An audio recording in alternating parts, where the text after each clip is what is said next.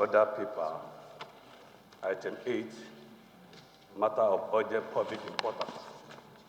My point of order is on order 6, privileges, page 14 and 15 of the standing order of the House of Representatives. Mr. Speaker, if I'm allowed to go ahead.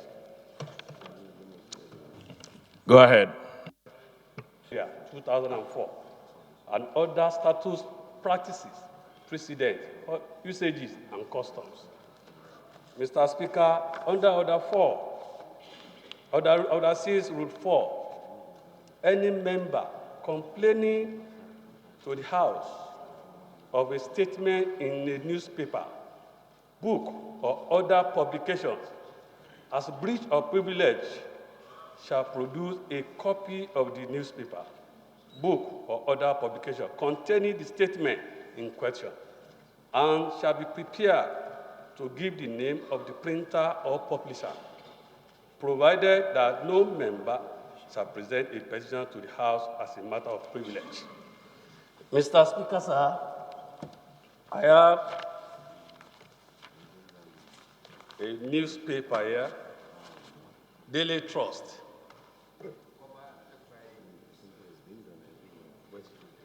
Daily Trust of Friday. Luckily enough, I am Jimoh. July 5, luckily enough, I was born in July 2019. Rainstorm, 2019, page 10.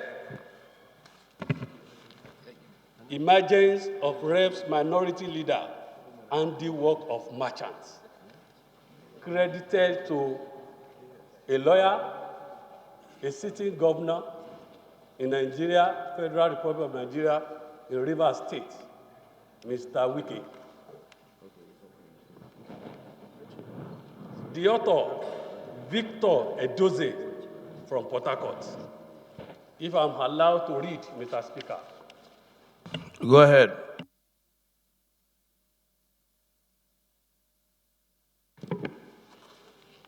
Rivers State Governor Yuson Esenwo Wike yesterday described the emergence of minority leader of this House of Representatives, Federal Republic of Nigeria, Ndudi Elumelu, as the handiwork of those he called traders and merchants.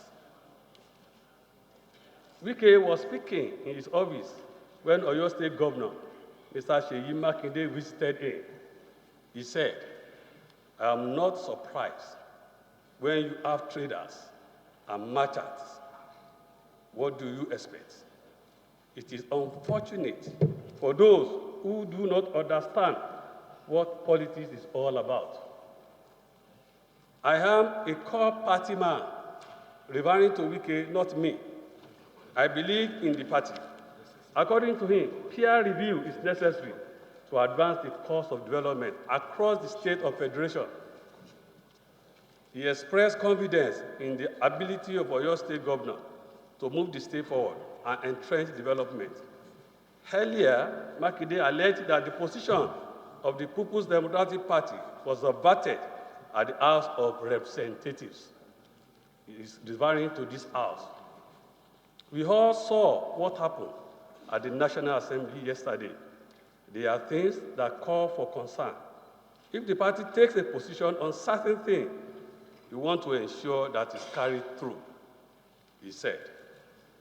He said he was in Rivers State to also discuss issues of true federalism and the role of state in the development process. Mr. Speaker, having read that,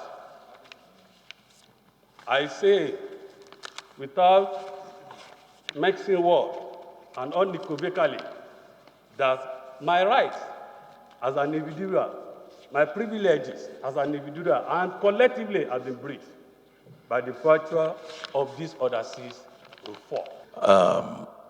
The issue of privilege is not open to debate under our rules, but I've allowed that latitude We will not debate it. You've raised an objection. Basically, what you've done is to raise an objection, which is to say that it does not affect Honorable Jimoh being a member of the majority party and not of the minority party. But if you look at the rules very closely and the language of the rules, it talks about privileges when they are breached either to the individual or collectively. And when it says collectively, it does not say collectively as majority party or as minority party. When the privilege of this house is breached collectively, the word collective has no other interpretation. What touches one touches all. And that's the way we want to look at it. Let us not segregate this house on the basis, when it comes to privileges, on the basis of minority or majority party. And I think it's important that we note that. Let me just very quickly, before I roll, I was not intending to join issues on this matter. You know, a decision has been made, a decision has been made. I had no intention of joining issues on this matter, but because it has been brought up, it is important to say just one or two things. One, the issue of separation of powers. A lot of people talk about separation of powers. They talk about it in the context of horizontal separation of powers, where you have the executive, the judiciary, and the legislature. That is what we all know as separation of powers. But separation of powers does not end there. There are two sides to it. There's also the vertical separation of powers.